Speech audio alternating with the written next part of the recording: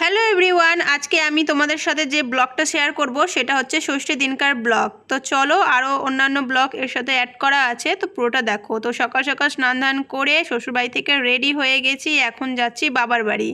তো দেখো, বরমশাই বাড়ি মানে শ্বশুরবাড়ি যাওয়ার জন্য ব্যাগপত্র রেডি করে দিয়েছে, এখন স্কুটি করে চলে যাচ্ছি বাবার বাড়ি। যাওয়ার সময় অমৃতিতে গিয়ে শাড়ি কেনা ছিল না, তাই জন্য একটা শাড়ি কিনে নিলাম, আর যেগুলো মিষ্টি টিষ্টি নেওয়ার সেগুলো নিয়ে নিলাম, নিয়ে চলে আসলাম বাবার বাড়ি।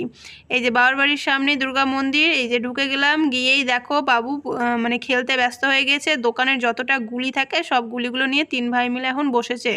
এদিকে মা সেই সকাল থেকে সব কিছু রেডি করে রেখেছে, আমরা না আসা পর্যন্ত তো আর যেতে পারছে না। এদিকে দিদিকে দেখো, দিদি এখন মশলা টশলা সব বেটে নিচ্ছে রান্নার জন্য, কারণ কারেন্ট থাকে না যখন তখন। এখন কারেন্ট না থাকলে তো সেই আবার শিলনোড়াই মারতে হবে, তাই জন্য আর কি। তো আমি তো সকাল থেকে উপোস ছিলাম, যেহেতু আমি প্রত্যেকবারই মার সাথে গিয়ে ওই ষষ্ঠীর যেটা ব্রত কথা হয় সেটা